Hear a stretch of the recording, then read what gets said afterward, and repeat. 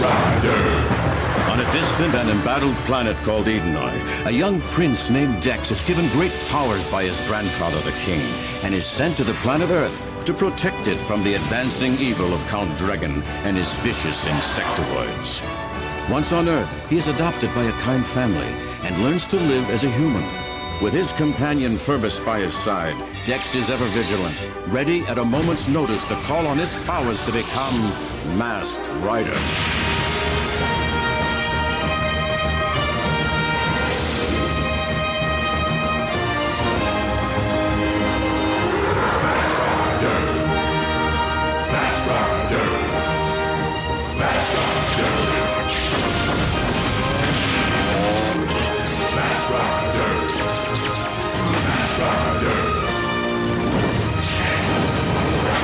Welcome, folks.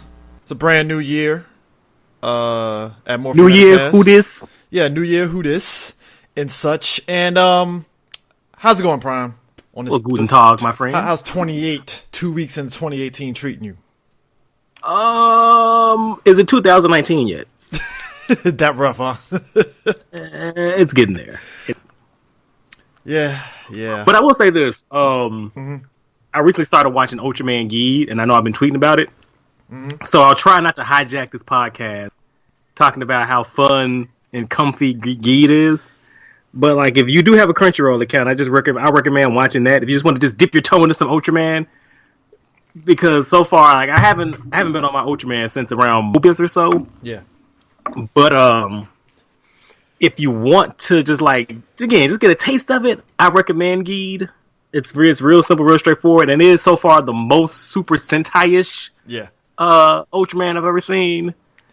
Though I'm told Orb kind of follows along the same trend that Orb did, and I'm gonna watch Orb when I'm done with Geed. Okay, cool. And it's pretty dope. Cool. See, I'm not gonna say you hijacked it. I would say you have inspired our listeners to really step up and wanting to know what we wanted to cover. So, bit of an announcement here. So, if you haven't been following us on Twitter, me and Prime on Twitter, the people have been hitting up Prime and been asking them, hey, so when are you guys going to start doing the Sentai and Kamen Rider series? To which I was like, I know me and Prime been talking about this offline, so I figured this was going to happen at some point. This is bound to happen. And as I pointed out, these are good podcasting problems. I don't mind this. So, we are going to be covering Kamen Rider, starting with Kamen Rider Decade. Honore Decado! Yes, which is the most longest running.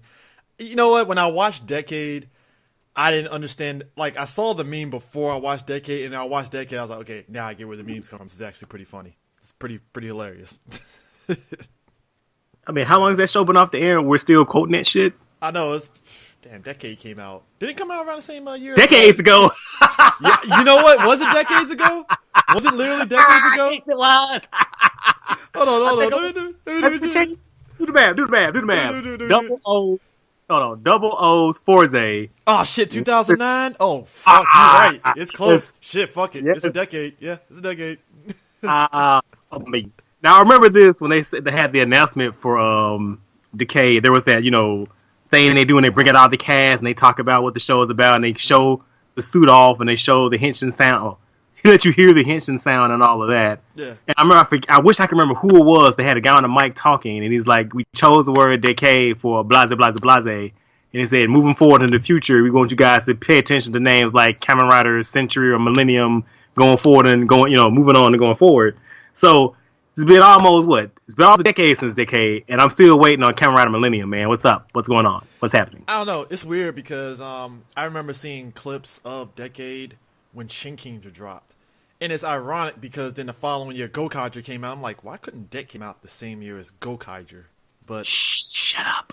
I know, man. I know.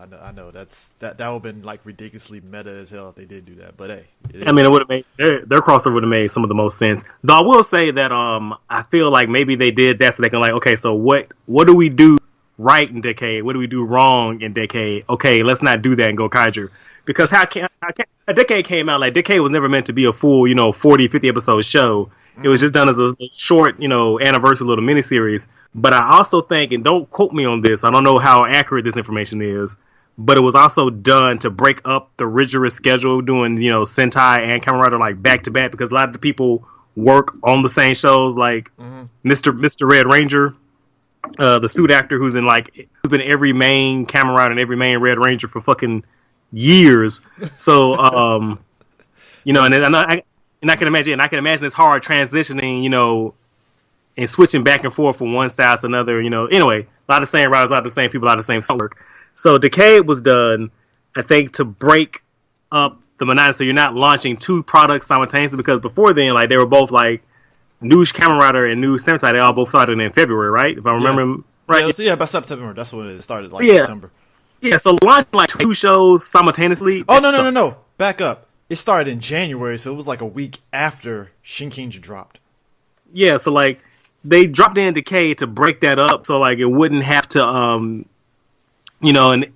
they gave them some breathing room to design and plan out. I'm assuming double and O's. Again, I don't know how this shit is made, but I'm just basing on everything I'm thinking on logic. Mm-hmm. It would make sense to have your game plan or schedule your game plan at 3 years in advance. I'm just saying. Yeah. Yeah. So Decade, it holds a very important place for doing that. It's just also being a really fun celebration, because I'll save all this when we talk about Decade. Yeah, we'll talk about it. But yeah, we're definitely going to be doing Decade. It's going to be this month we do it and stuff, so there's that happening and such. So thanks, folks. Thanks, folks, for definitely listening to the show over the years. Definitely appreciate it, because trust me and Prime, we were waiting for the inevitable, hey guys, when are you going to do Sentai? And it's okay, thank you. So now it's... I'd rather have that problem than when you guys shut the fuck up. It's fuck this. We don't want to listen to you guys anymore. Fuck you guys. Oh, man. We just want to share some love with you. Why gotta be like that, homie? I know, right? Speaking of which, did you see the promo for, was it, oh god, I'm gonna fuck up the name right now. Was it, bleh. Luca Ranger versus Patar Ranger. Patar Ranger, yes. Did you see the trailer for that? I've watched it 20 times already. Yes, I'm interested. This is maybe the second or third time they had a Ranger versus Ranger kind of tight team since Hurricaneger? Kind of, sort of how they're advertised was they see it as these are two individual teams that just happen to be in the same show, versus Hurricaneger were they were clearly they share design elements and all of that. You know what I mean? Yeah. They were eventually meant to mesh together. They're treating it like these are two distinct. If they could, these shows could stand on their own, but they're conflicted into this one. Yeah. I saw the trailer. The one thing that had me laughing, and I'm pretty sure you probably caught it too. They got this black actor, and I've seen him before too. He's this Nigerian actor. Aki. He's a Nawala. comedian. Isn't he? He's a comedian. Yeah. Aki Nawala, and it's interesting because, I said, you see a black person in any sort of Japanese material, you're kind of eyebrow raising, I wonder what he's gonna do. And it's okay, this is interesting. He's actually a major role in this show. So yeah, he's their chief. So somebody hit me up and was hey Prime, did you see the black guy was gonna be in Patrol Ranger? And I was yeah. He's what if? Now don't calm down. What if he's gonna be Doggy Kruger and become a Ranger too? And I said, shut the fuck up. I'm hard as diamonds right now. Look, at that point, I have to really push it to black folks on Twitter about this shit. Yo, I don't care what the fuck you watching. You watch this hentai now. You watch it. I'm this is fucking history right here. Yep. This is very much history, because black people really don't get those chances in Sentai in Japan, unfortunately. That's what I'm saying. Bruh. But yeah, the trail looks fire. I gotta admit, it looks pretty fire. I'm interested in stuff. My boy William Bruce, he kind of had the thing of he felt it was okay. It just kind of reminded him of the Train season and stuff, because he was kind of like me with the Train season. Was okay, it's gonna take a minute to really grow on me. Was it Tokuger? That was the name of the season. Tokuger. That season took a minute for me to really kind of get used to it, and then eventually I was all right, I actually do like the season. It's very interesting in the concept and such. So, so that being said, where do you see now? I can already tell you off the break. They're not adapting this fucking season. Oh hell no! Rangers. They're doing Q Ranger. They already expressed they're doing Q Ranger, which I got trepidations about that, but when we cross that path, we'll cross that path. But I do not see this happening whatsoever being adapted. Oh hell no, that's too complex for what they want to do with what Saban wants to do with the brand. No, they're not. That's too confusing. If they do, I'll be shocked. Like, oh, okay. You could knock me down with a feather, but like, nah, we're gonna get like the show 2 seasons removed off. Hell no. We'll see. We'll see in 2020 when they announce the 2021 Power Ranger season. So because you gotta get those Super Q Ranger or whatever fucking season they're gonna do. So. Speaking of which, I'm just gonna make this brief. I am very just on the fence on this 25th anniversary this season. Sorry, that's where I'm at. I'm just on the fence. Like I'm waiting to see what happens. You justified in that, man. What have they shown to give you faith in what they're capable of? Mega Ranger, I got burned by Megaforce. That's where they burned me, and I was like, nope, not doing it again. Nope. I still haven't seen past episode 2 of Ninja Steel. Like I don't have the time. Like I'd rather watch, something I enjoy. It's coasting. That's what I'll say about Ninja Steel. Is it put it this way? Is it better than Dino Charge? Personally, not really. I think Dino Charge is still a better show than Ninja Steel. Well, to be fair, not to be like a negative Nancy. Yeah. Dino Charge did kind of go off the rails there toward the end. Oh yeah, when we already said no. Second half, yeah, it's like, yeah. And again, to be fair, the first episode of Ninja Steel that I watched, I think it was a stronger opener than the Dino Charge opener. You can come at me if you want. But I think that first episode was like way better. I can see it really thinking back on it. I can see it. Yeah, it did more establish the word. But anyway, so I was talking to somebody earlier over the holiday breaks, and they asked me if I watched any of Ninja Steel, and I was like, well, no, I haven't really got past first episode. And it's like, well, I had to get out the show because like something that was really bothering me. And I was like, what? It's like, well, when I'm watching the show, I realized like the monsters aren't necessarily evil. They're like fucking game show contestants. And like if the Rangers just gave them back to Ninja Star, like the aliens would leave. It really is. So they're holding the fucking planet hostage. I'm like, are you serious? He's like, yes. Like this season, the Power Rangers are literally killing Price is Right contestants. Like, how fucked up is that? Yeah, when you really think about it, it's like they really are. Because I think I mentioned to you when I saw the first couple of episodes, they literally fight one of the meerkat. What did I say? Meerkat? I'm about to say fucking meerkats. One of the cats from the Fear Cats. One of the Fear Cats from Operation Overdrive. That was one of the monsters they fought and stuff. And like I said, when your boy told you that, I was like, really thinking back, I was like, damn, they really are killing contestants. It's like if you won, like, oh yeah, by the way, Chris, you won $200,000, but you got to fight the Power Rangers. Oh shit. Oh, easy peasy. Is that right? It's fitting to be a breeze. It's like, nope, not today. I'm like, damn, can I play Pachinko instead? Yeah. I mean, look, man. Can I phone a friend? Shit. It's like Ninja Steel has just been coasting to me, and it's not a knock on the show. It's just been coasting. Like it's not bad, but it ain't good. It's just been coasting, and it's just, if anything, it's what me and you have been emphasizing with Power Rangers. It's like kind of like what Dino Charge was doing for a bit before it kind of went off rails. Character progression, plot progression, character like growth.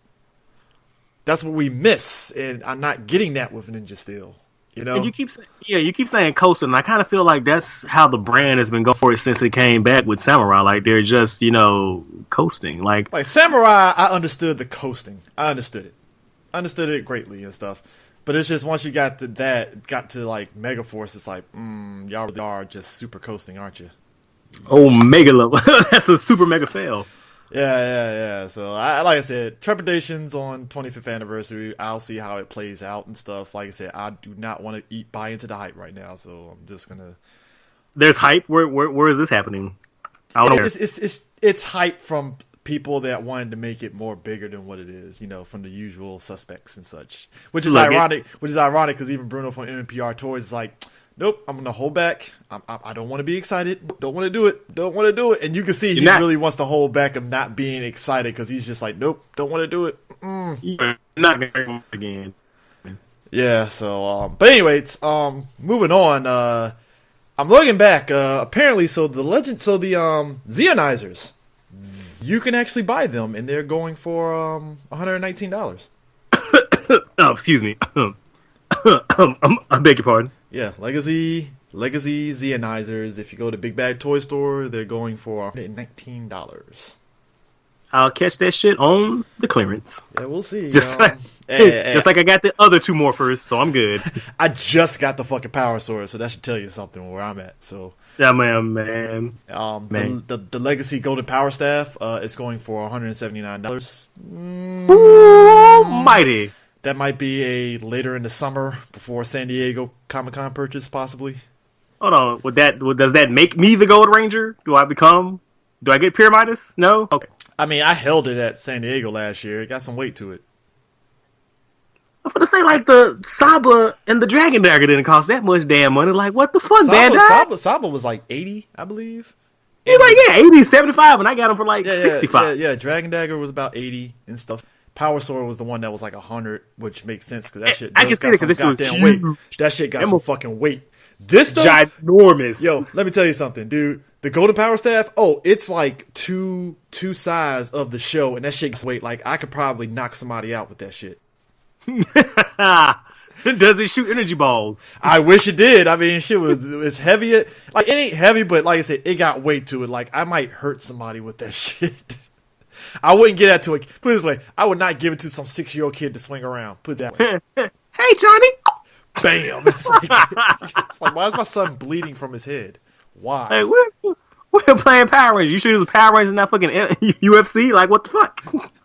Yeah, I mean, it makes sense because it's like die-cast metal at parts, and I'm like, yeah, that makes sense. So, yeah, and stuff. Is it made of solid gold? I have questions. It is gold. It's not solid gold. It's just the color actual gold. You know? Is it actual gold or is it orange? No. It's actual gold. It's actual gold. We didn't get shim-shammed on this. Okay. Yeah. Speaking of which, okay. Because I feel at times I'm a bit of a Bandai mark because I like the toys and such.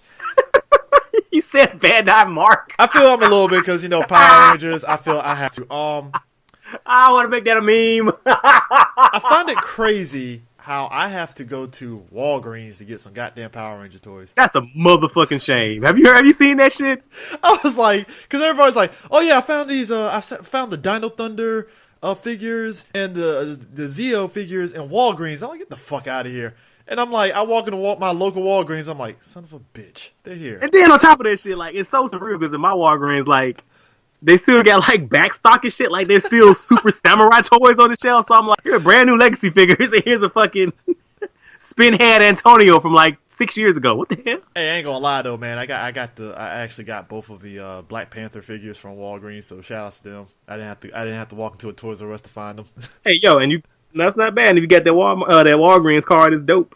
I know, man. I was like, yo, they got the Black Panther figures because look, I have never bought any of the Marvel Essential figures and such, even though I heard people say they're actually pretty good.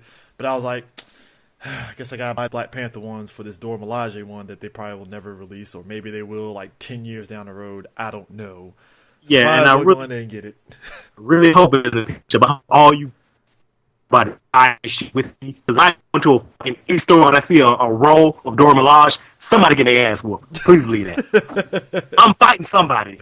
Because they talked all that bullshit. Everybody talked all that good game. Now you need to back this shit up and help a brother out. Yeah. Buy that shit. Yeah, so Legacy Golden Power Staff is going for $179. I'm like, this is interesting and stuff. Apparently the soul of Chigogen Megazord has been selling out, and they finally put it back in stock now.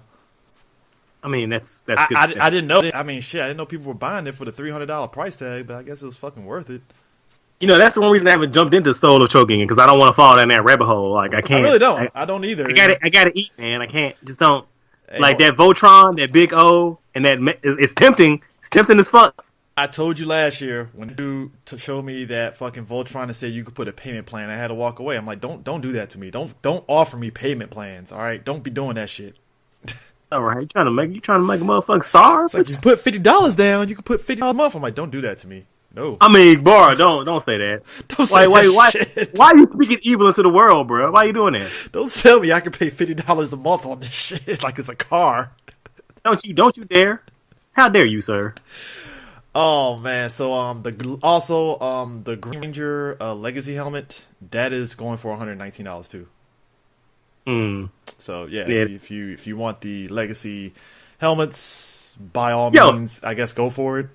Yo, have you seen in stores they have the Legacy? I'm doing air quotes, you can't see, but I'm doing the hardest that I've ever done in my life. Mm-hmm. Legacy Morphin head figures, back from 92, 93.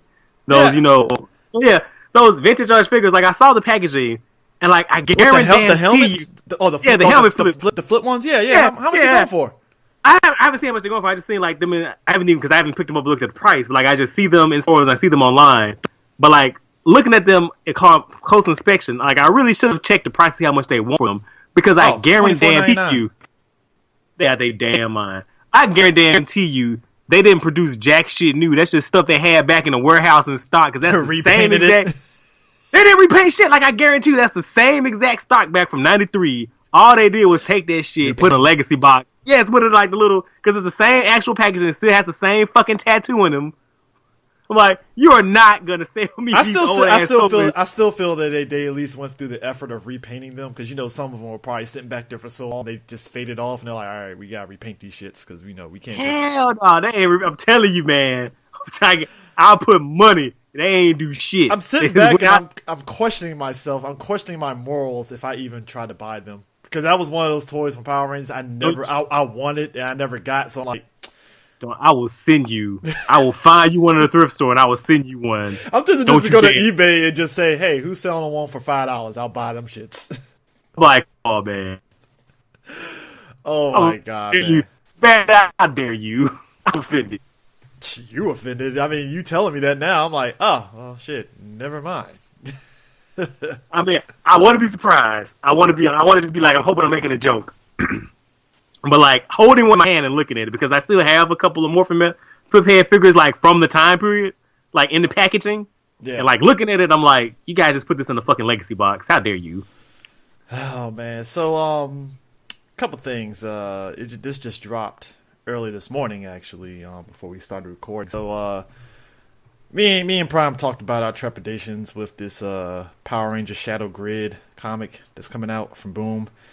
And, they got an annual comic that's supposed to be tying into it that's focused on, like, the Zeo Gold Ranger, In-Space Blue Ranger, the Shadow Ranger, and the Red Ranger, and a couple others and stuff. The thing of it is that's a little egregious, though. At least, not egregious. More like, I see what you're doing. And that's evil as hell, but I get it, the marketing wise. So they got these variant covers, right? One of the variant covers has Time Force Pink on the front by herself. It actually looks pretty dope. The other cover has the Alien Rangers with the Beetleborgs behind them. Looks pretty dope. And they got the other one that has, and I think this is the actual official cover for the annual, and it looks like it's focusing on RPM Red, Trini, In-Space Blue, Gold Ranger, and SPD Pink on the front cover, and then there's another one that has like fucking Doggy Kruger and all these other people, and it's like, I want to be hyped, but no, I feel I'm gonna be disappointed. I really do. Yeah, I'm looking at the cover now. It's not doing this. Oh, and I'm looking at the one with Time Force Pink, Samurai Red, and Doggy Kruger, and look who's behind them all. Doc and fuck off. Lord Draken. Yeah. Fuck off. I'm good. I'm good. Man. I'm good. Yeah. I'm straight on that. Yeah. Hold on, though. Let me get this Red Ranger cover because that might be my new phone paper wallpaper. Hold on. Hey, at least there's good things coming out of this. I mean, gotta. It's the small things in life, CJ. You gotta get victory where you can. Yeah, you got to. I mean, it is what it is and such. Now, I do like this cover I see we can load. That looks like a homage to the Marvel Power Ranger comic book covers. Yeah, I saw that. That's pretty. Oh yeah, that's the Alien Ranger one. That's pretty cool. Yeah. Well, that's the one I said. It was like with the Alien Rangers in there, Zord behind them and stuff. Yeah, man. Oh, this Red Ranger one is quite nice. Yeah, like I said, I mean, look, I don't wish ill on a story. It's just, hey, I hope it works out. It's just, hey, what can you do, man? So I mean, what can you do? Yeah. Why is the Mighty Morphin Red Ranger here like 3 times? Because money and promotion. There's the red. Okay, so there's the Red Ninja Ranger. Uh-huh. There's the Red Evil SPD Ranger. There's Korag there. Mm-hmm. Is the Quantum Ranger on here? I'm gonna be a nitpicky asshole. Hold on. hold on, I'm gonna be a nitpicky asshole. Psycho Red is on here. I want to say that's the movie Red Ranger in the way back there. Is that Hyperforce Red? I guess so. Hyperforce is canon now. Yeah, they apparently it's always has been. So there's Zeo Red. I guarantee you they're missing somebody. I know they're missing somebody. All right, so okay, I'm gonna say they got Lauren. Lauren's on here. I'm gonna say they better have Lauren. She's here. So you have all these different variations, but you don't have the 3 variations on the Ninja Steel Red Ranger. Yeah. Let me stop. I'm gonna quit. Hey, you see the 1/6 scale figures that's coming out? No, I haven't. Yeah, for the Green Rangers, they're going for $110. So is it like Hot Toys quality? It looks like it is Hot Toys quality. Oh, that's nice. Yeah. Still waiting for them to move past NPR, but I get it. It sells. I mean, it would be nice. Yeah.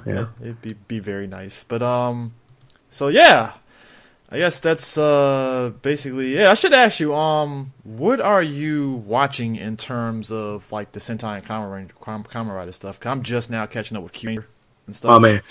So, like I said, I'm watching Geed. I'm on, I think, the 12th episode. I don't remember because I'm just letting Crunchyroll show them down my face.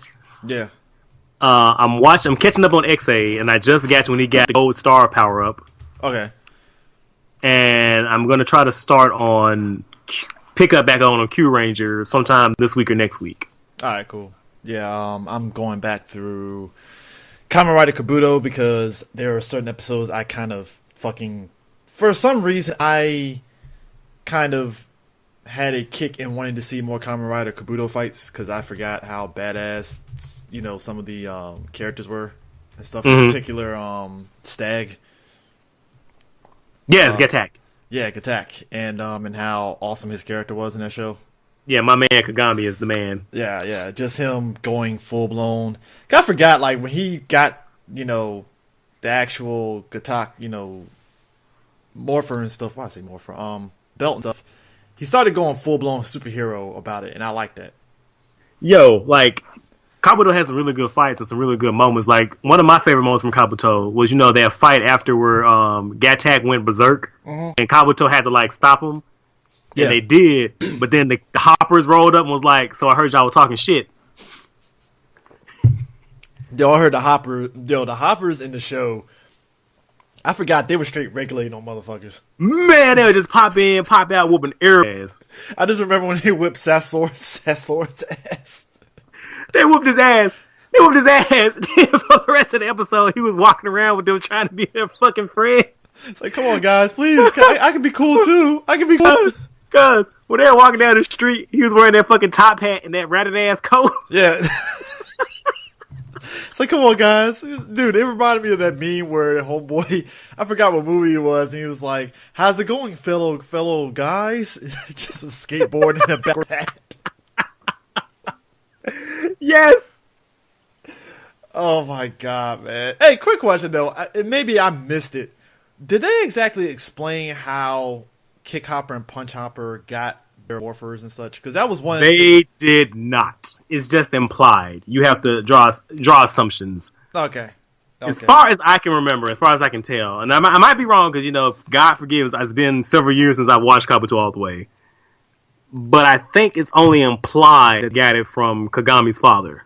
Okay, because I just remember when Kick Hopper popped up, I'm like, where the fuck did that come from? I'm like, oh, whatever. He's kicking ass. I'm fine with this.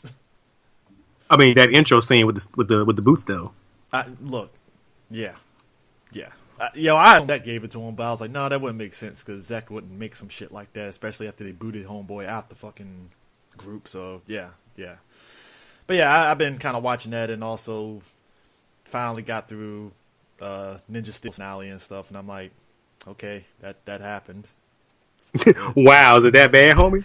No, it's just one of those things where, again, it's just, it happened, and you're just like, I mean, it could have been epic, but it's like, it just lacked that kind of like, that energy that could have been, That's really what it was with the finale. It's like, I guess we can prepare for Super Ninja Steel, yay. I'm still looking at this Shattered Grid artwork. So is this like the final version of that big ass poster they had that had all the teams on it? It looks like it is. This is the final one. I'm trying to see. Did they take Hammy out? I think they did. They took her out. It looks like she's gone. Okay. Some of these choices are very questionable. Who the fuck is White Magna Defender? I don't know. There's Phoenix Daishi. They're the actual those evil shadow wild for.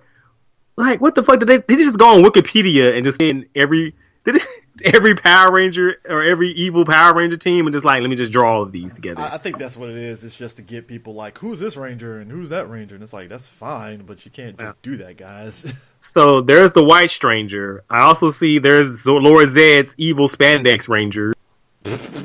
I'm mad that they included them. I gotta be real. I mean, I'm pretty salty about the fucking goofy team from Car Ranger that they included on the far bottom left there. Which is ironic because I don't even think that was a thing that was going to happen anyways. Oh, wow. There's the evil Robot Rangers from Lightspeed.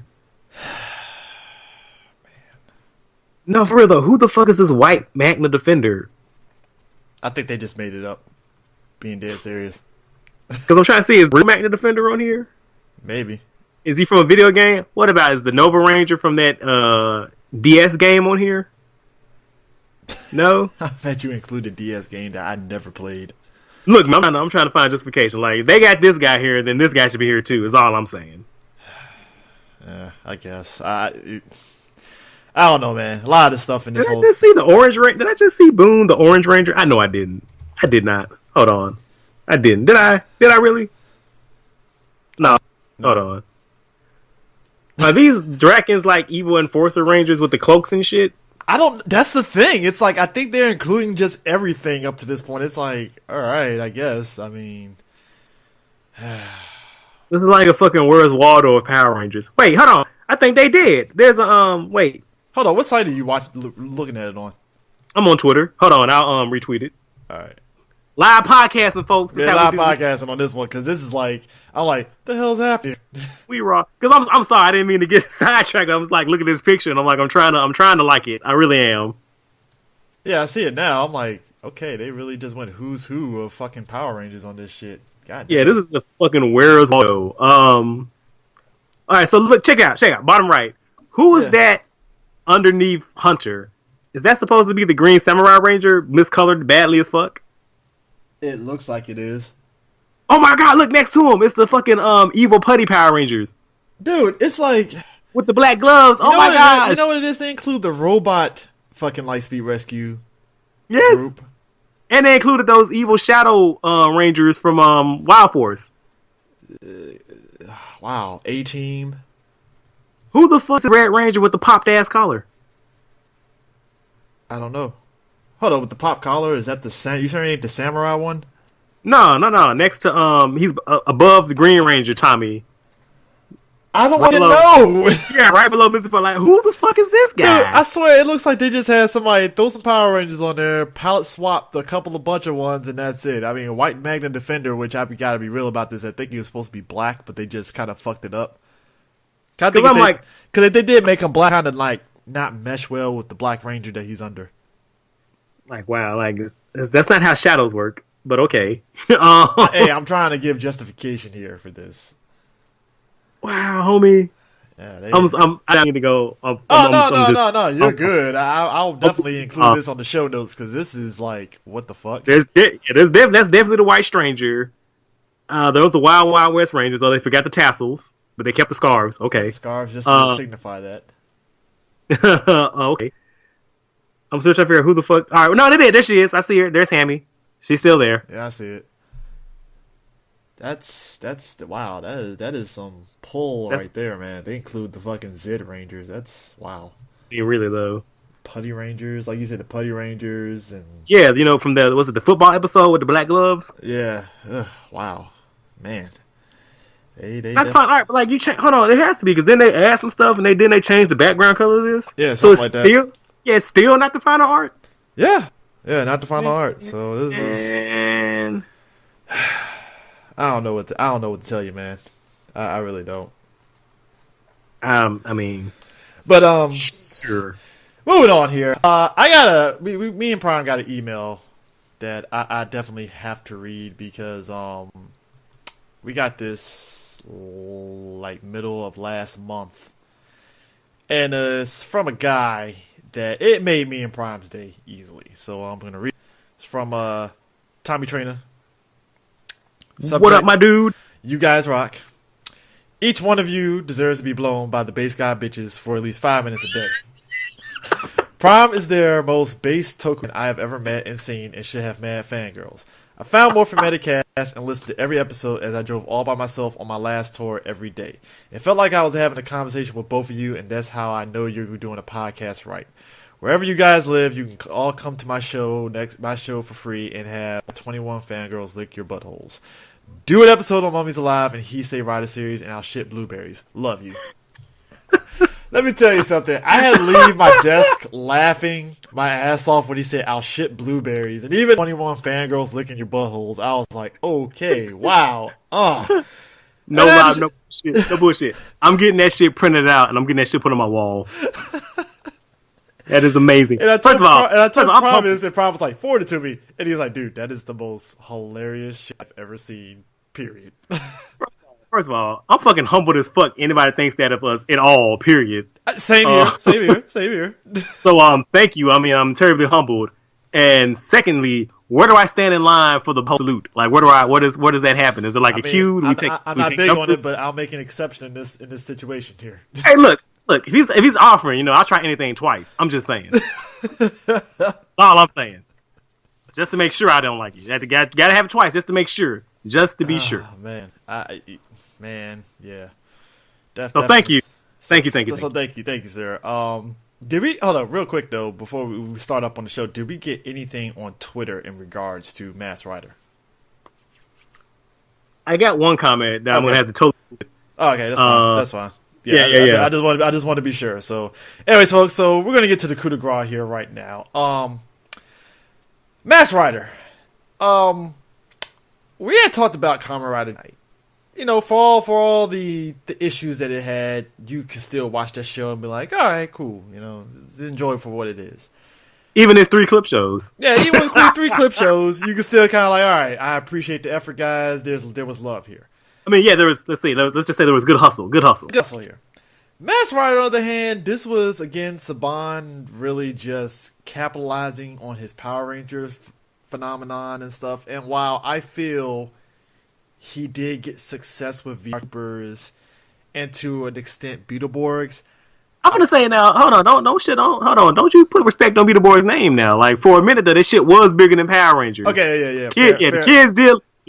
I say bigger than Power. It was just as popular as Power Rangers. Okay, fair enough. Had huge ratings. The kids loved that shit. I mean, I had and have always had problems with the show, but it was well liked and people did like it, enjoy it. So let's show respect. Show respect on it. Show some respect and stuff. So, Mass Rider, on the other hand, was to me a very interesting. I'm not gonna say interesting so much that I remember prior to this, I remember seeing clips of Kamen Rider. Actually, no bullshit. My cousin had a Sega CD, and he actually had the Kamen Rider Sega CD game that was based off of Kamen Rider J. I thought it was Z-O. It might have been Z-O. Z-O. Oh my gosh, I'm so sorry. Kamen Rider Z-O and stuff. So that is basically what got me into Kamen Rider to a point. So I remember seeing the promos for Mass Rider. Now, for folks that don't know, if you've been listening to more from Metacast, we mentioned it during our very first episode. We were talking about Mighty Morphin Power Rangers. The 3-part episode of Friend in Need was basically the backdoor pilot for Mass Rider. So backdoor he didn't walk through it Because, funny thing, to really transition into our first email from Simon Moore, thank you, is it safe to assume that Mass Rider series is in a different reality since it does not mention Angel Grove and had new episodes during Alien Rangers? And you know what? You'd be very much true, because when you get to that pilot episode of Mass Rider, no mention of fucking Alpha, no mention of Zoran, no mention of Power Rangers. It's its own entity. In fact, they rewrote the first episode where they completely eliminated any reference to the Power Rangers, completely changed the reason why Count Dragon to Earth in the first place, and just had Dex's grandfather say, "Hey, yo, go get your crazy ass uncle and come back." Yeah. Because when we in A Friend in Need, it was this whole thing of like, oh, Alpha was originally from Edenoi, Count Dragon was apparently a rival from Zed, and like when you throw little meta things like that, especially particularly with Dragon beefing with Zed, it's like, wow, that would be interesting to see those two fight, and nothing ever happens of that. We got absolutely jack all shit. That would have been nice to see in like a real life. Can you imagine if we just got an original scene of Dragon and Zed standing side by side? Can you imagine if they came with Masked Rider with the same energy they came in with the Friend in Need? I wish they did, because I will tell you this, folks. If you have watched Kamen Rider Black and Black RX, you will sit down and watch Masked Rider and be kind of contemplating to yourself, what the fuck happened? That's a good question. I think we need to do like a video essay and actually discuss that shit in depth for real. Like, what actually happened? So, like, to be fair, I know we talked about this in the VR Troop episode where they felt like Power Rangers was the hot shit, and like people were going to imitate it. So if anyone's going to imitate it, they might as well themselves and get money coming and going. You know what I'm saying? Yeah. So I totally understand that shit. What I don't understand is with every other show that wasn't Power Rangers, why do they feel this odd need to try to what is the word I'm sure? Why do they feel this odd need to I guess dilute, or like I said in the Samurai episode, like rob characters of their menace and presence? Yeah, I don't feel like it's like I'm saying this like Power Rangers is fucking the Shawshank Redemption. It's not. It has this fucking for us as fandom, we treat it like the Shawshank Redemption. I swear some of these people do, like you do realize it's all kid shit, right? Calm down, homie. It's not that serious. But that said, it has its goofy moments, but also has a serious. But like it, for some reason, like the spinoffs or the side shows they did, it's like they didn't. I don't know. Like it had these weird tone. Like Beetleborgs was the Universal Monsters is frat, but mixed in with a superhero show. Masked Rider was a fucking family sitcom mixed with So I'm trying to, because it really makes me mad, because I'm trying to stay calm, because Black RX, although not good as Black, it's still a really good show and has some really good action moments that they take, water down, and nerf just so it can shoehorn and I guess fit into this family sitcom with fucking discount great value Alf they wanted to do. Like, I don't understand. Like Furby. It's like, what? I mean, like, what? Where did you come from? I mean, I understand, like, and I totally understand the need to have a cute mascot to sell them toys. I get that. I understand, like, I have a high tolerance, a high threshold, so I let a lot of things slide and go get away with. I'm just saying, like, but it's like, so here's the thing: the family in the show, very multicultural rainbow coalition of a family. Let me tell you something. Rainbow coalition family. Oh wow. White husband, Asian wife, adopted kids, one white, other black. Multiracial family. Hey, it's the original Modern Family. Get the shit right. Original Modern Family. Backstory, the lady that plays the wife, Barbara, Candace Keita, they had to age her up. Because she was in her teens, wasn't she? She was like early 20s. So here's my thing. Age her up to do that, but you got Jennifer Tongue there, and it's like you could have just used Jennifer Tongue and swapped them both. I mean, you could have just swapped the roles. You could have just swapped the actors. Like, what are you? And so then the thing, let's ignore the fact. Let's ignore the fact how fucking creepy that is any damn way. Yeah. let's gloss over the fact, like, so this old white dude has his young Asian wife that they had to age up for. Okay, sure, fine, whatever, cool. Sure, yeah. We're ignoring that for a minute. We're ignoring it. When he adopted. Now, stop it. I'm still ignoring it. Let me stop talking about it. Yeah. So. Saying that, the dad, by the way, folks, he voiced King Mondo in Power Rangers, so there you go. Just putting that out there. And also, side note, Skull was the voice of Combat Chopper. That makes perfect sense. I'm not shocked. It's like, that makes perfect sense. Now you hear Jason's voice now, don't you? You hear it? Yeah. Oh. Now I hear it. Now I perfectly hear it. Now I'm just like, wow, that's the thing. It was right there the whole time. So, so ignoring that shit altogether. Yeah. When you decided to have that family element into it, and you had the dad being a great value version of the dad from Gremlins, why did you even at all feel the need to have the family show? Like, I understand, like, you needed to have him because in Black RX, Shotaro, is it Shotaro? Oh shit. He worked for a family. Yeah. As a helicopter pilot or whatever. Mm-hmm. And they had, like, a little nuclear family unit. But, like, at least when at their most non-essential, they at least contributed some value to the show because they were able to have, like, some narrative girth. Yeah. Because, spoiler alert, in Black RX, the mom and dad get killed. So you can't have that in the Saban show. Come on now. So yeah, like there was some work, there was some, a purpose to them being there at the very least. Yeah. Why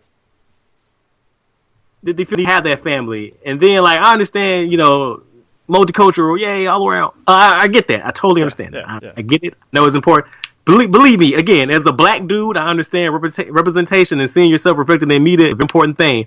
However, we don't need to see ourselves everywhere. Like, if the show had just narrowed its scope and narrowed its focus just a tad bit, eliminated a couple of superfluous characters, I'm looking at you, Furbus. Take Furbus out of it, and you would have had an actual competent show. No, I'll say trim this shit down even further. I'm looking at you, Furbus. I'm looking at you, bratty best friend from high school. Yes. Looking at your ass. Looking at you, Alfie. Not even be fair. I'll keep Alfie, but I would take the daughter out. Molly, she was there. She existed. What did our boy call her? Discount Candace Candace yes. I would say Candace Bergen? Was he fucking anyway, that broad. Yeah, Candace Cameron. Yes. Take her out. Candace Cameron, oh my gosh. Take her out. Maybe give the generals a little something better to do than stand around and look useless in stock footage. Because Cycliptor in Black RX, them fights him and Black Cat was some epic shit. Let me tell you something. Here, okay, I am going to jump ahead on this one here. At one point in Black RX, actually, he killed him. But then Masked Rider, they cut the scene short, and it looked badass. And then it's like, he just disappeared? That don't look right. And then it come to find out, he actually killed him. Yeah. Also, did you ever notice how in Masked Rider, whenever he pulled out his sword, the Robokin in Japanese version, shot beams. Yeah, it shot beams. You know why they did that? Because in Black RX, he was stabbing motherfuckers through the damn chest. He was stabbing. But here's the thing about this one in Masked Rider. He shoots it, but then you see the scene where he's pulling it out, and he just poses like, that doesn't make sense because your thing's shot. So ultimately, here's my thing. You robbed us of a badass sword just to make it shoot stuff. Standards and practices. So I'm like, okay, so it's okay to shoot motherfucker guns, but I can't show somebody getting slashed and cut with an actual weapon because kids can't easily get guns, but they can go in the kitchen and get a knife.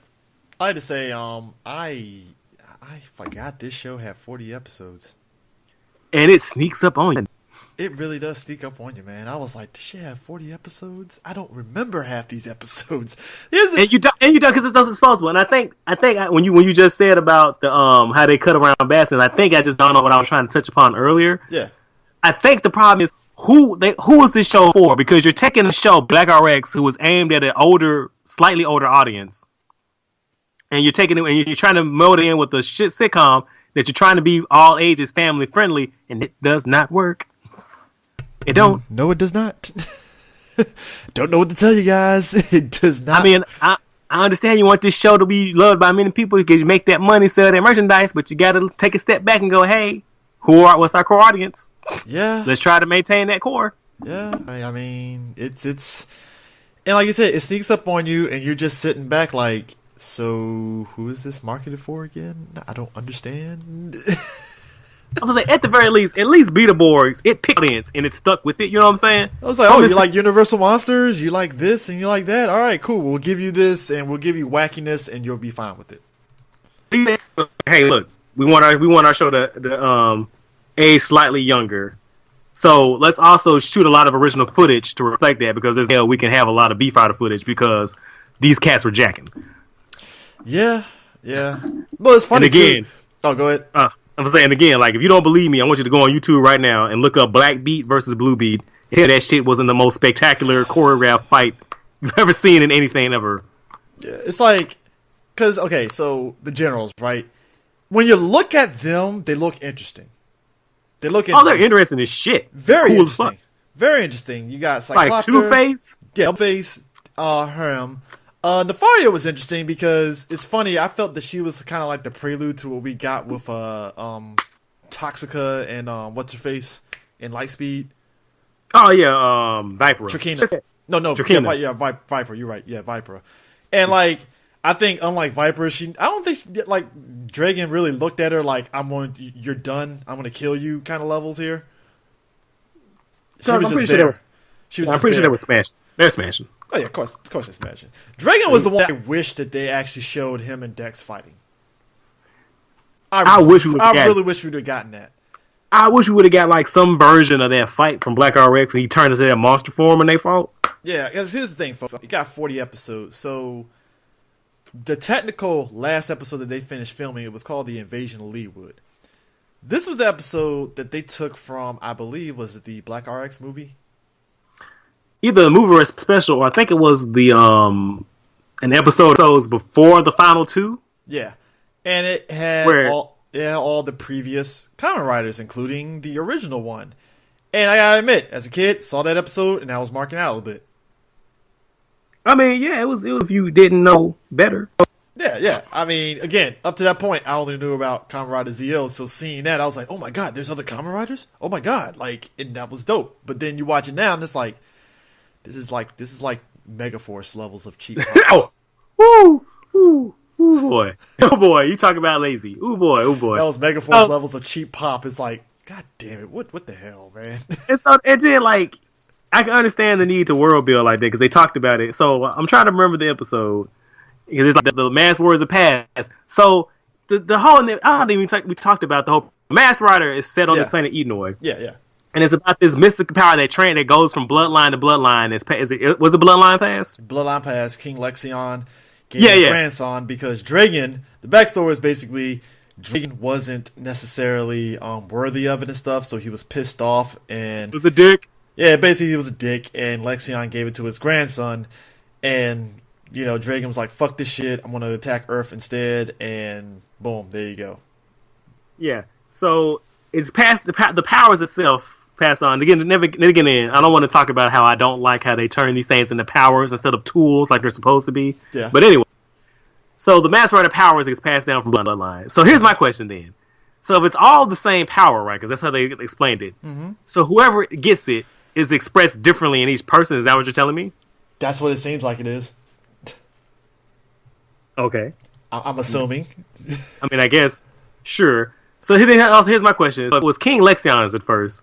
Mm-hmm. Who was he? What did he look like?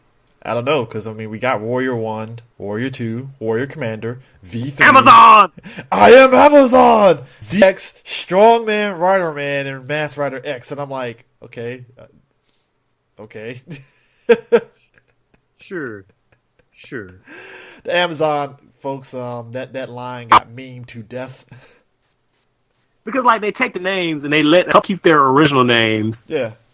It's arbitrarily just swap names for no reason. Like, X and Amazon switched for some reason. I don't know why. Yeah. Was it X and Amazon? No. I think it was, it might have been ZX or X, one of the two. Yeah, I think X and Amazon, they switched names. Yeah. Rider Man get to keep his. As far as an American name, I think I like Warrior Commander for number one. That's kind of cool. Yeah, that was kind of dope. Like, or you just call him Mass Rider Warrior. Okay, I can dig that. Yeah. That's fine. Yeah, but even I, as a kid, was questioning, like, so where were these other riders when Dex went to Earth? So, like, that's my thing. So, like, are they still alive? Are they spirits? Are they dead? Like, why are you just now popping up? And then also to be fair to Mass Rider and Black RX, the other Kamen Riders showed up only when everything was going to shit. And I'm like, you know what? It would have been real helpful if you guys, came and helped me before Tokyo was in flames. But thanks for coming out. I mean, I'm just one dude. I'm fighting an alien invasion by myself. But like, Wilson been doing this shit for years. Look, homie, I don't give a fuck. I know you off Amazon, fighting terrorists and shit. But come on, man, you gotta help me out. Yeah. They went in the show as a character himself. They went the fish out of water route with him. They went full Mork.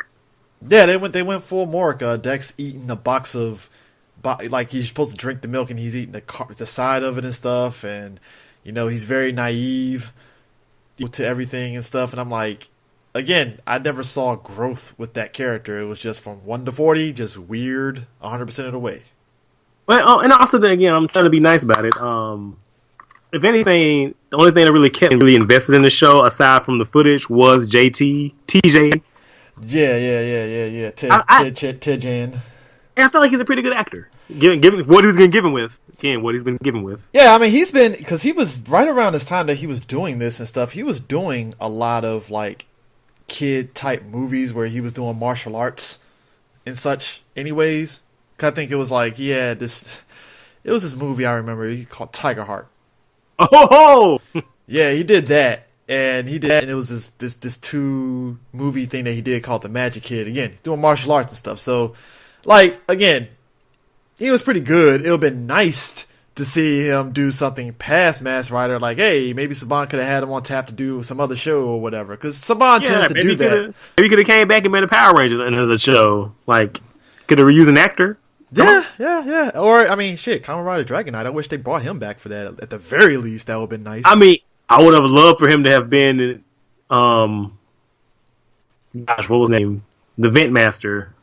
Oh, Ubulon? Yes, Ubulon. Thank you. Yeah, Ubulon. Yeah. I mean, like, granted, I didn't just rewatch the show.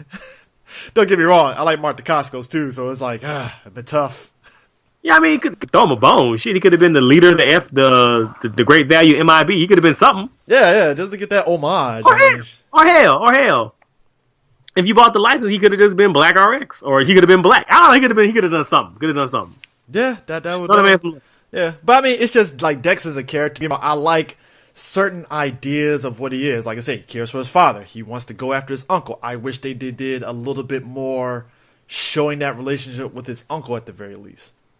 And also, I feel like he has some really good moments, like some of the show's strongest moments, like the 2-parters or when he gets power-ups. Yeah. Like when he fought Robo Rider, and you can see, like, how much... I don't want to fight my friend, but I have to. I don't want to fight my friend. I don't want, and also, I don't want to be here. Like, I miss my home. Like, I thought there was, like, some really good, something there. I thought there was something really good there. Yeah. I mean, I gotta admit, though, so in your opinion, with the power-ups that, even in Black RX and this, I think those were kind of like the highlights of Masked Rider. It's not to take away any of some of the other episodes, but those are the episodes that kind of perked me up a bit because I love the power-ups that Dex got. Like the Super Gold shit, that was awesome.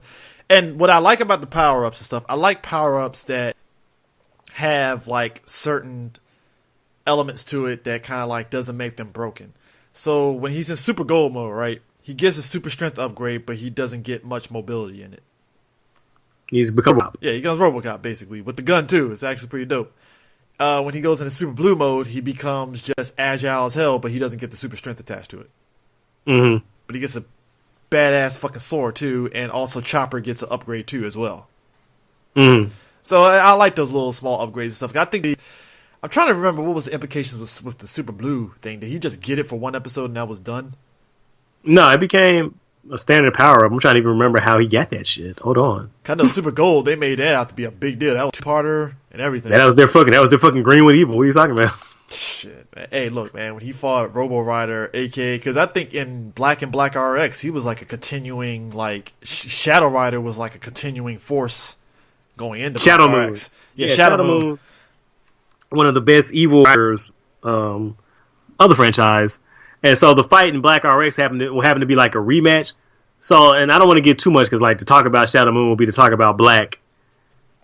Fuck it, we'll talk about Black because Black is a better show. So, the whole purpose behind Black RX is this occult organization wants to bring about the end of the world or control the world by exposing what they call the or exalting what they believe to be the Millennium King, the Century Kings. Yeah, Century King.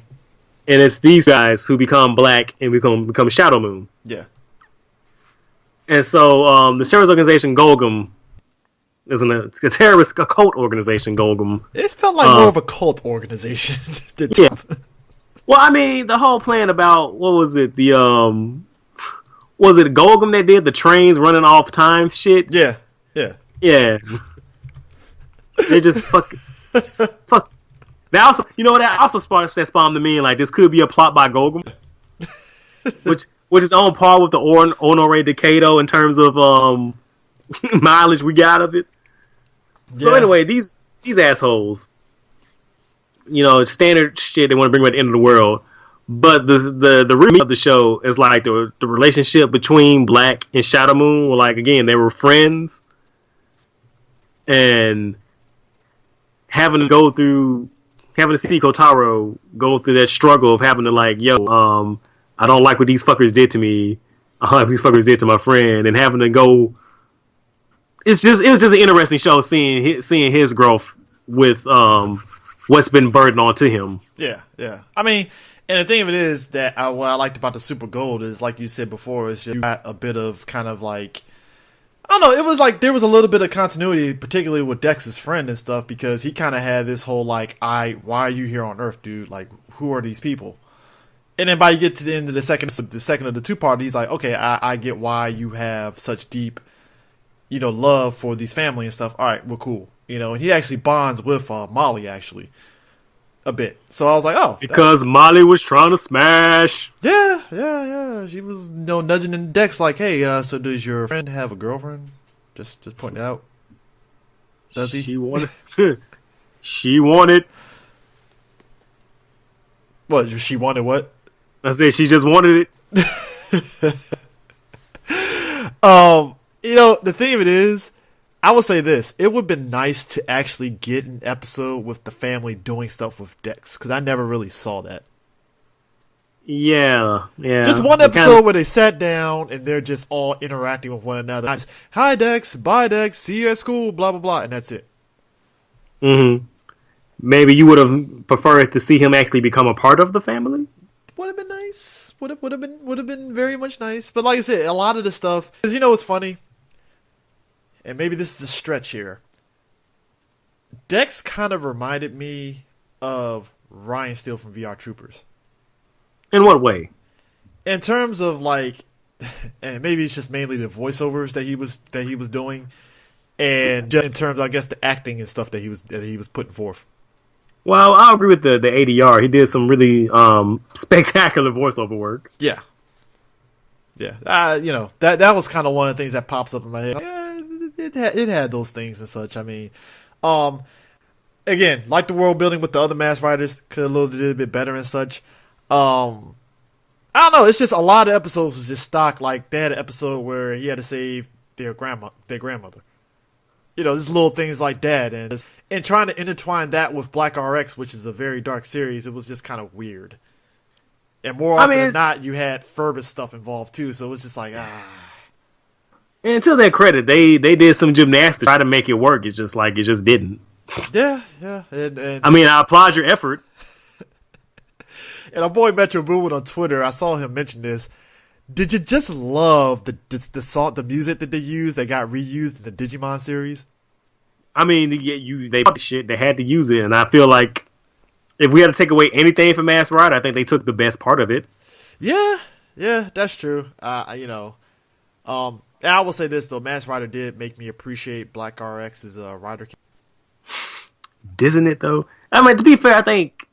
I'm saying that a lot because I'm trying to be as nice as I can to be to this show without being a complete asshole. But Masked Rider makes you appreciate Black RX just in general. No, it really does. It's like, I hate to say it, folks. It's just like, and maybe that's the reason why Shout Factory hasn't announced a DVD for this series yet. I'm just saying that there might be a reason for that.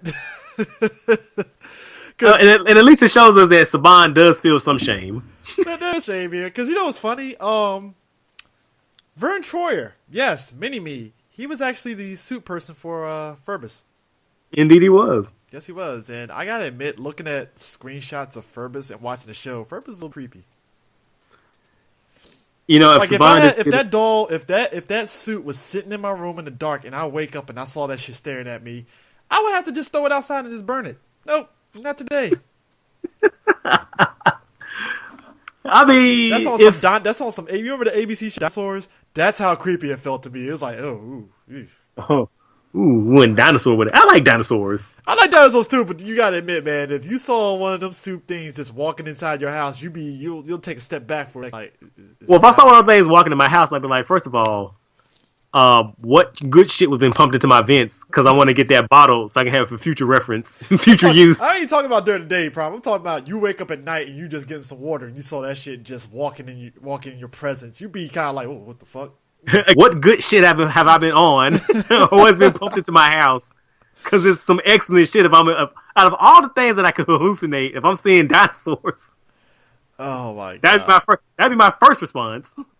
Yeah, that is true, man. It was funny. Another side note about this too, because much like how Power Rangers, the success of it brought about more seasons and such. Robert Hughes, he was the show producer. He came out and was like, if Masked Rider actually had that huge runaway success, they would have actually kept doing Kamen Rider adaptations.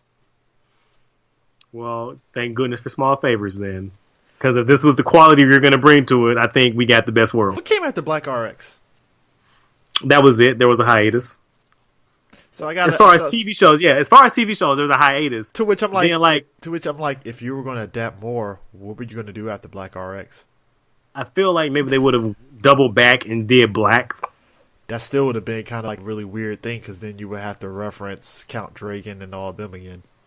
No, you didn't, because Shadow Moon. That's probably the only one. Just Shadow Moon. You could have just did the inverse, because in Masked Rider, their second fight was their first fight. Yeah. Then in Black, you could say that their first fight, second fight. Yeah, true. Yeah. Yeah, true. And you didn't have to reference Dragon, because Dragon wasn't in Black at all, because the Crisis Empire, which is Dragon's, his Japanese counterpart, they were just for RX. In Black, it was the Golgam Empire. So you would have probably had to make some adjustments. Because you could have kept Dragon and just carried him over from Masked Rider, unless you really wanted to use the occultist robe dudes. You didn't have a problem with, because you pretty much used those in Wild Force for Master Orc, so whatever. Okay. Yeah, I mean it is what it is. Oh yeah, Prime. By the way, I had just looked it up. You were right. Homegirl was only 16 when she played. Oh my god. She was only 16 when they aged her up. I'm like, ooh. So it's even creepier. Okay, thanks. Wow. Jeez. But yeah, it's yeah. Oh. So they actually had a pilot and stuff. Not the very first episode that we saw. They had an actual pilot presentation. Did you know Edenoi actually got blown up? Yeah, they Krypton that shit. They Krypton that shit. I'm like, wow, so y'all Krypton that shit, so how was he going to get the power-ups if you Krypton that shit? If you kept I wish they had done that, because that would have, again, given the show some stakes and would have made, Dex's low feelings of isolation and loneliness and wanting to go home. It would have been all too stronger, because, now you can't. Yeah, that's... But yeah, if we really were going what if, so I'm like, so they would have did Black. Probably had to did Amazon. Like, I'm trying to really picture how they would have continued that. That would have been interesting if they really tried to continue Masked Rider at it. Yeah, because I'm thinking, the only thing they did, they couldn't really... Only thing after Black RX, there weren't any more TV shows. There were three specials in between Black RX and Kuga, and it was Shin, Zo, and Jay. And you already used Jay and Zo footage in Masked Rider. Oh man, real talk, folks. Saban tried his best. Like with Power Rangers, I think he did a pretty good job in terms of trying to meld footage and try to get that one-for-one connotation. Kamen Rider, you'll be looking at scenes like you tried. Okay, so they had Ted Jan Roberts where Dex wearing the same outfit as his RX counterpart at times, right? White suit, the white suit and stuff, the track suit that he had. But then there were other times where I'm like, okay, so you got him in the suit, but then you meld in, like you said, the J and the Zo footage, and I'm like, that's not the same one. Yeah, so you're transferring to Masked Rider. I'm like, wait, why does the costume have stripes and a dot on it now? Like, that doesn't even look like that's even not the same suit. They don't even have the same antennae. What are you doing? Yeah. Man. Yo, it's almost as bad as back in VR Troopers when they had to go to the sky base. Oh my god. And they would show Spellbond jumping up. Yeah. But then they would take it and they'll recolor it where one half is blue and one half is red. And this real bad Yo, Saban tried it, man. If you had a keen eye for that kind of stuff, you'd be like, hold up, what the hell's going on here? you couldn't spend even a couple of more minutes in Photoshop for that? I mean, I'm sorry, not Photoshop, in Paint. You could spend a few more minutes in Paint for that? Come on, homie. Yeah, I'm looking at it. They said they wanted to continue it, right? I don't see how because, let's say they did it, right? So that would have made it, they would have had to did Black, ZX, Super 1, Sky Rider, Stronger, Amazon, X, V3, and Kamen Rider. How would that necessarily last until Kuga came out? I can't see it. Or maybe they could have done that thing they did for Jew Ranger where they had Japan make up some new footage. That's a lot of fucking footage. Or maybe they could have had, because it's popular in America, maybe we can make it popular in Japan a couple of years earlier and just do a new Kamen Rider show. That's true. That is true. That is a. But see, then my problem is I'm thinking logically. Yeah, I gotta admit though, this is one thing that I think this is the podcast to really ask this question. When do you think they will ever try again with Kamen Rider in America to make it at least on the level of where Power Rangers is now? I don't think it's ever going to be at the level of Power Rangers is now because Power Rangers got to the gate first. You know how American people are. If I see something first and that means anything else that's even could be construed as similar in any way, that's a knockoff and I don't like it. You know what I mean? Yeah, because that's always been kind of like, and I guess maybe that's what Saban was trying to do with Mask Rider and it didn't necessarily take like he wanted it to and such. So yeah, that's kind of interesting. So I don't know. Maybe the time has passed. It might not be as big as Power Rangers, or as ingrained into the pop culture zeitgeist like Power Rangers. Yeah. It's just the same that this show exists in this realm of it's just a Power Ranger knockoff. Yeah. So people, and if you do it now, that's all people are going to say. Oh, that's like knockoff Power Rangers. That's all anybody's going to ever see. Don't get me wrong. Here's the weird part about that, right? And we're still keeping it with Mask Rider theme. It's funny. We saw. I'm pretty sure you've seen Kamen Rider first and then the sequel to it, right? Of course. That's the kind of shit that I think American people will gravitate to because of the whole dark aspect of it and such. Mm-hmm. I would like to think that they would gravitate that if Americans tried to do Kamen Rider the first type movie, and they'd be like, "Oh, if you thought Power Rangers didn't have enough action, here's some Kamen Rider show." But I don't think it would be to the effect that they think it's going to do in terms of making money. No, if anything, people are going to probably just be like, "This is a nice, B thing to watch," or I just don't see it. They're going to treat it kind of like Guyver Dark Hero, something like that, or underrated hit.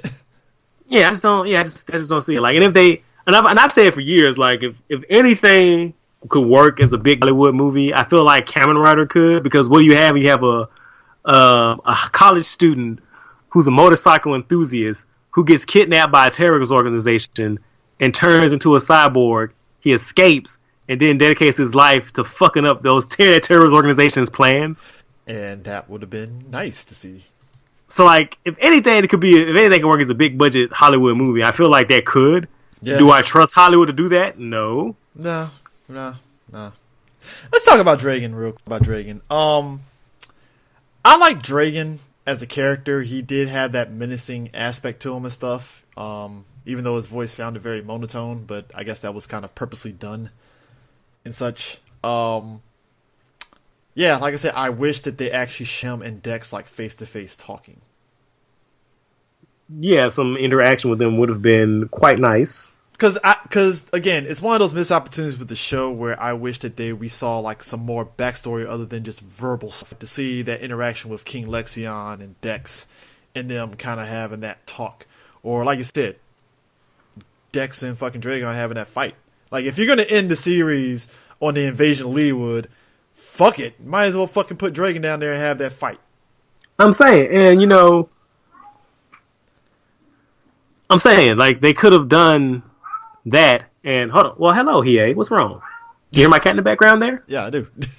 Hey, what's going on, buddy? What's up? There a problem here? Come on, what's up? What's wrong? He doesn't like Master Rider either. So anyway, yeah, understandable. So anyway, where was I? With Dragon. Don't jump in my lap now while I'm talking. So, because like, if you look at the service, like this is some straight up like, oh hello, what's up? Don't eat the microphone. Don't eat the microphone.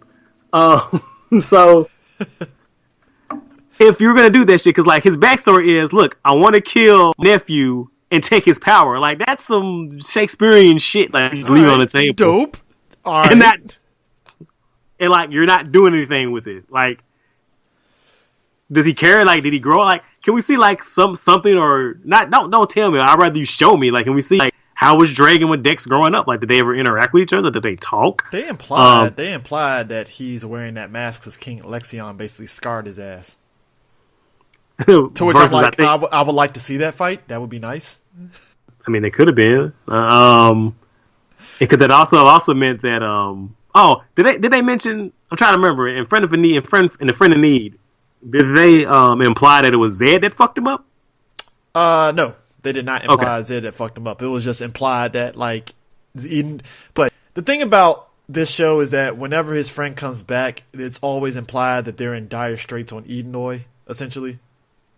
It's looking bad, homie. It's looking bad, man. But it's good to see that you are protecting Earth. That's awesome. That's cool. Yeah. That's dope. I haven't eaten in pain, but hey, like nice you got your family there. You know, drinking orange juice out of a carton and living in a nice warm bed. And you got you got an adopted sister and a brother and TV and shit. I gotta go back to Monochrome. Yeah, I gotta go back and live in a fucking cave. All right, that's nice. Thanks, Dex.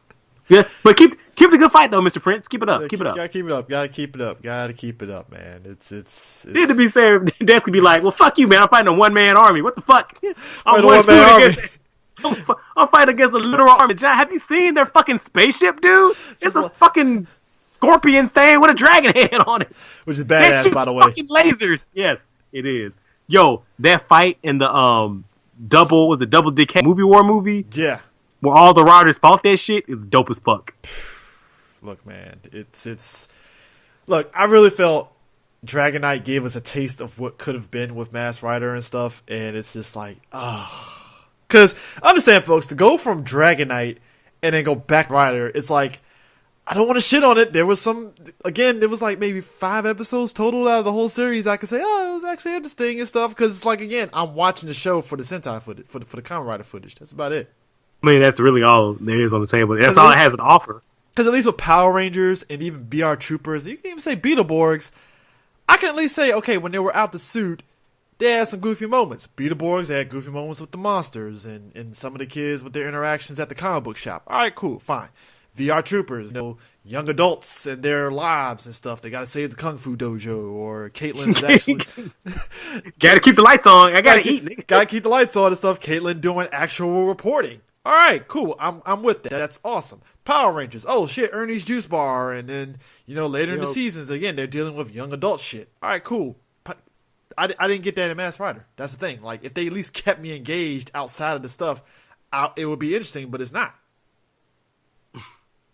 And it's like they didn't seem to care that they're not. They're just like It's again the tone. Like they didn't know who their audience. They didn't know who they wanted their core audience to be, and they're like, well, we just want to cash in on our brand name and sell some screws. But they got 40 episodes, and that's the thing. It's like, folks, it's 40 episodes, but it just feels like everything just goes in such a seamless way. You don't feel the 40 episodes.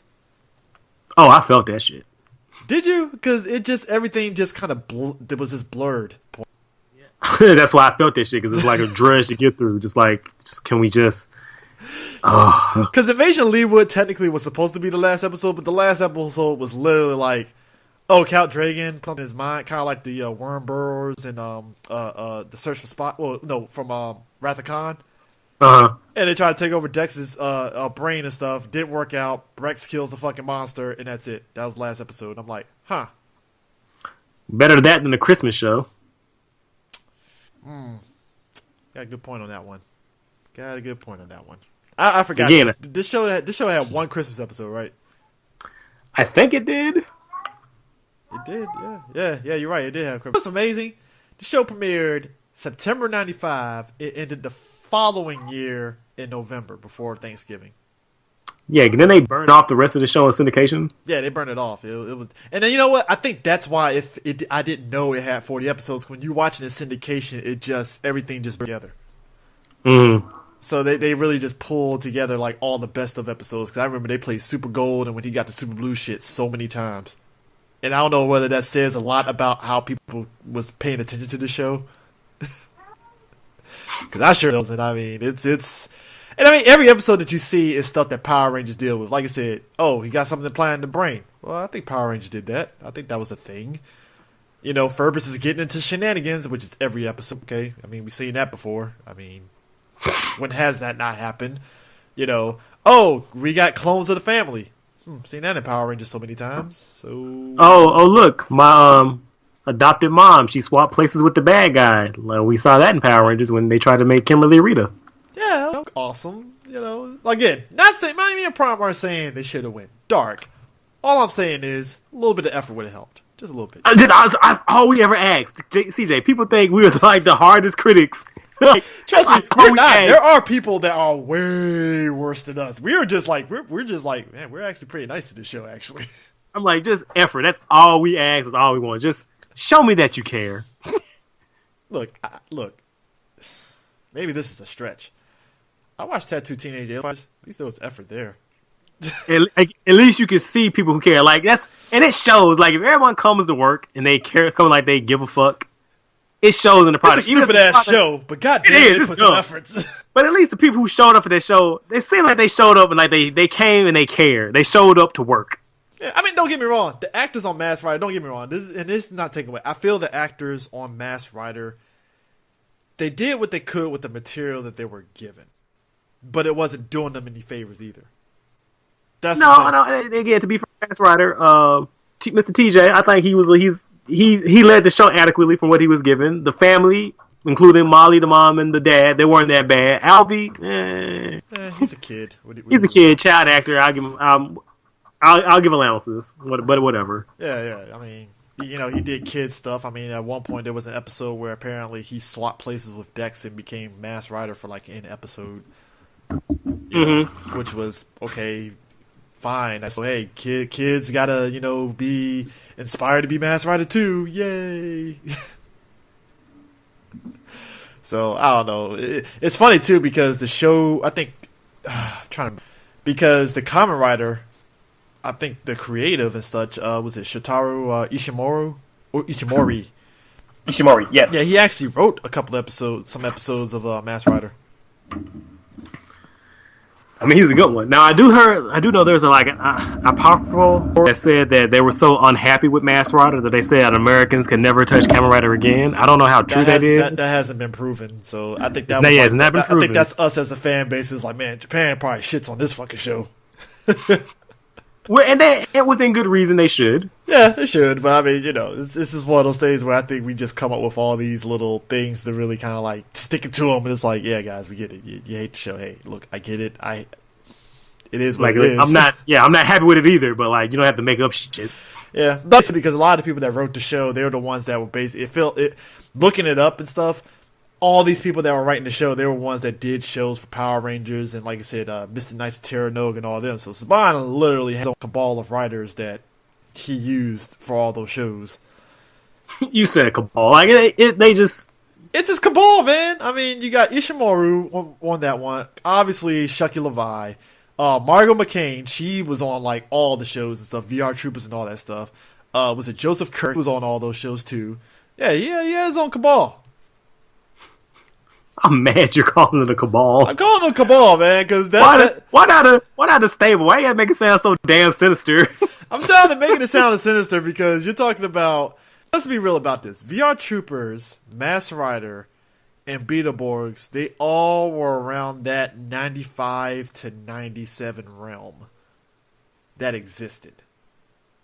So and which sucks because you're talking about a 3-year time span during the height of Power Rangers. Back when it was the king shit. Yeah, and those were shows that like took advantage of it and stuff. I think VR Troopers kind of got like a bit of a strong boost from it a bit. And like you said, Beetleborgs too, because it was like a show at the time and stuff. But I think what was to its detriment with those two shows is that, hey, Saban burned through them footage real quick. And they ran out of shit to do with it. Yeah, and Masked Rider, man, he had a shit ton of fucking material, and it just didn't translate to longevity. Mm-hmm. Which is a shame, because Kamen Rider is just as long-lasting as Power Rangers. It's longer lasting. Sentai, just as long-lasting. So it's like, there's so much material, and, I mean... Yeah, I mean, it's nothing to really, like, laugh home about and stuff. It's not nothing to really write home about. It's like, potential and stuff. I mean, you gotta love the intro to Masked Rider. You know, did you just love that intro from the guy, like Masked Rider on a distant and battle planet called Edenoi, that kind of stuff. It's like, oh, you really trying to make this important? All right. The opening theme, people like, you know, knock on it because of the recorded Masked Rider. Like, if you take out the vocal, you take out the lyrics or like the vocals, that's an epic ass instrumental, man. I'll drop a beat to that shit. It's like dun, dun, dun. I'm like, this is actually pretty epic, you know, movies. All right, cool. You know? I'm like, shit's pretty fucking all right, pretty epic and stuff. Yeah, it's funny because, like I said, there's nothing much backstory wise with the show. It's just this was just a simple adaptation, and if you didn't know anything about Kamen Rider, you probably were kind of semi-invested like I was as a kid, where I was just there for the footage. And if you were a fan of Kamen Rider watching the show, you probably were just sitting back like, fuck this show. Understandable. Very understandable. You're within your right, and I'm with you on that. I feel you. That's just, for me, I just remember just watching the show like, oh, well, that's the thing. It happened, and that's it and stuff. I mean, it was cool seeing some of the cast members pop up at Power Morphicon. I believe homegirl that plays Molly and Candice Keita, who plays Barbara, they popped up at the Power Morphicon and such, and, you know, kind of elaborated, because she's the one who emphasized, like, yo, they had to age me up to play the mom. Ooh, but have you seen her now, though? Ooh. Bruh. I mean, hell, even Molly's still looking nice.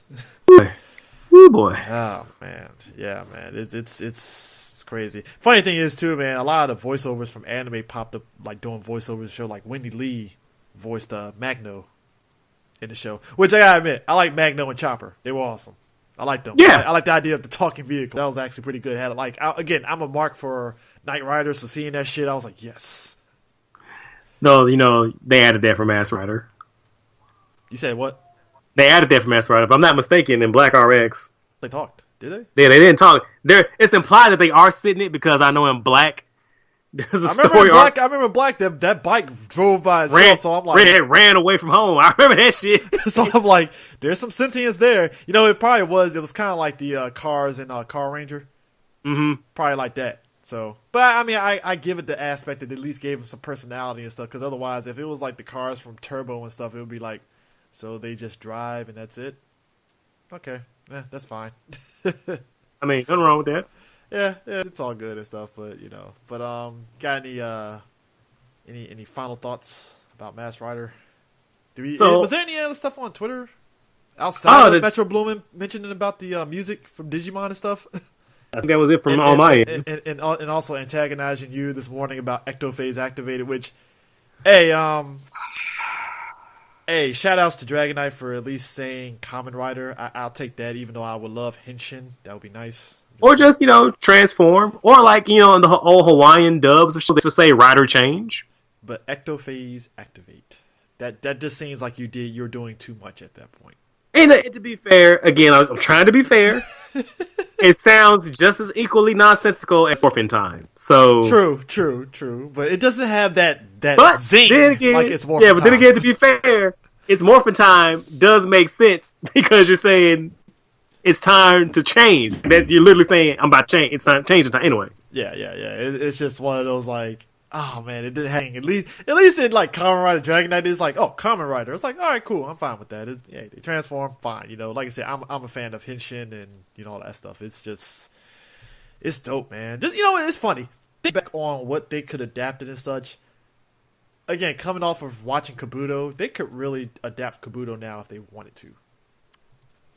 If they wanted to, and if we want to see that, though. Just the idea of a government organization that made up different rider belts and such, and you got undercover kind of like a invasion of the body snatchers type, aliens and such. It's like, oh, it's actually pretty interesting. But you trust them to do it now, or do you want somebody different to come in and do it? That is a good point. That is a very good point. Because like Modern Saban, no thank you. Nah. I think Modern Saban is too gun shy because he feels he has to keep it. And don't get me wrong, Power Rangers, it's property, but like when you look at stuff on Cartoon Network where the stuff is evolving to where it is kid stuff. I mean, look at Teen Titans Go. I mean, people hated on that show, but that show grew on you because you realize as much as this is a kid show, they're throwing in a lot of adult shit. So, that episode where they spoofed the Oscars, and they had that in memoriam segment for cancer cartoons, I was fucking screaming at my screen. Well, just the fact that Beast Boy actually talking about Ponzi schemes and shit, or that whole episode where they were talking about the value of $1. No, the Labor Day episode. That shit was funny as fuck. Yeah, this is little things and stuff. Like you said, you're trying to do Kamen Rider. It's like, you have to find that balance and stuff. Because I mean, okay, maybe it's just me, right? I do know Kamen Rider seasons have adapted the goofy aspect of things, especially depending on Kamen Rider and stuff. Like Kamen Rider 5 with the car theme and stuff. It's like that is a goofy ass shit. But you're like, it's all goofy. But see, that's the thing. Like when I say like, yeah, it's all kids. Like, so we say that a lot. We say like it's all kid shit, so it's all goofy. We understand that, and people are like, well, why are you shitting on Power Rangers? Because here's the thing, like the Japanese versions, they have this thing called tonal consistency. Yeah. Where like everything, if there's a goofy moment in it, it's not because this character has to do a goofy thing because the script says now they have to have a laugh track. Like everything comes from like character, and like every goofy thing is also like it doesn't undercut the seriousness of a situation. You know what I'm saying? Like in a movie like I don't want to say dark comedy, that's the wrong term, but like there could be a silly moment, but then like 10 minutes later there'll be like somebody get stabbed through the chest, and it's all tonally consistent because it doesn't there's no any it's like it's hard to explain what I actually haven't actually seen an episode to see what I'm talking about. Like Go Archer is like really, it's like it's goofy as shit. It is so fucking goofy. It's 1,000 like the main bad guys are goofy, the heroes are goofy. It's literally like a live action cartoon. But that also said like they do recognize like the goal of the bad guys is like, hey, we want to kill people and take over the planet. Like, but that our inherent goofiness doesn't also undercut fucking imminent menace, because if we had the chance and opportunity, we will fuck this place up. Yeah. Oh, by the way, just to end this and stuff. So, our boy Thomas Meehan, he listens to our show a lot, and he asked us about the dates of Morphin Metacast. So here's what we're gonna do. We're actually gonna have a legit schedule for Morphin. Oh my god! We're actually gonna do this because we're professionals. We are consummate professionals about this shit. New year, new us. Yes, New Year's new us. I mean, hey, with the people listening, we gotta at least give them something. So here's what we're gonna do. We're going to try to aim for, at least for Morphin Metacast, to try to have an episode at least the second week of the month. Okay. At the very least, second week of the month, we have a new episode put out and stuff, and we be consistent and stuff. And as far as, like, at least on the us doing Kamen Rider series, this is going to kind of be on, like, a basis on, like, when we actually watch it and stuff. So, at least on the Super Sentai and the Kamen Rider stuff, it's going to be a toss-up. Like, I know, like I said, Decade, I don't know because we seen it. That was, like, the first thing I know I can remember off the break. So, after that, it's going to be kind of like a toss-up and stuff. But at least in terms of the main Morphin Metacast stuff, we'll have that up, like, second week of the month. Easily. So, that shouldn't be an issue. Decade, we're definitely going to do this month. That's going to be out as well. So, yeah. We're actually going to have that's the schedule. It's going to be out second week of the month, and we'll be good to go. So. Cool. And if you have any suggestions, or if you want to like a certain order of us to do shows in, we are more than happy. I don't want to speak for CJ. Let me not speak like that. Oh no, you're speaking for me. You're speaking for me. I am more than welcome to sit there and take suggestions. Yeah, I'm more than welcome. Just please, off the break, like you got some suggestions. Like you want to hear us talk about a particular show or a particular movie or OVA or. I do not even mind talking about some of the Super Sentai movies. I'll be perfectly fine with watching them. And I would have no problem back and, rewatching some of the shows that were released on Shop Factory DVDs because they're doing the Lord's work. Yes. Praise be to Shop Factory. Yes. Oh, Go V is coming out soon too. We're almost there. They just announced it. So yeah, if you haven't been picking up them DVDs, and from the looks of it, if they're announcing Go V, looks like the DVDs are selling. They're selling. Almost there, Tire Ranger. We're almost there. Yeah, we're getting there. Oh, we're getting almost there. there. We're getting there, man. They're almost about to hit into that Disney era of the Sentai. We're about 3 seasons away from Hurricane. That's right. Yeah, it's getting there.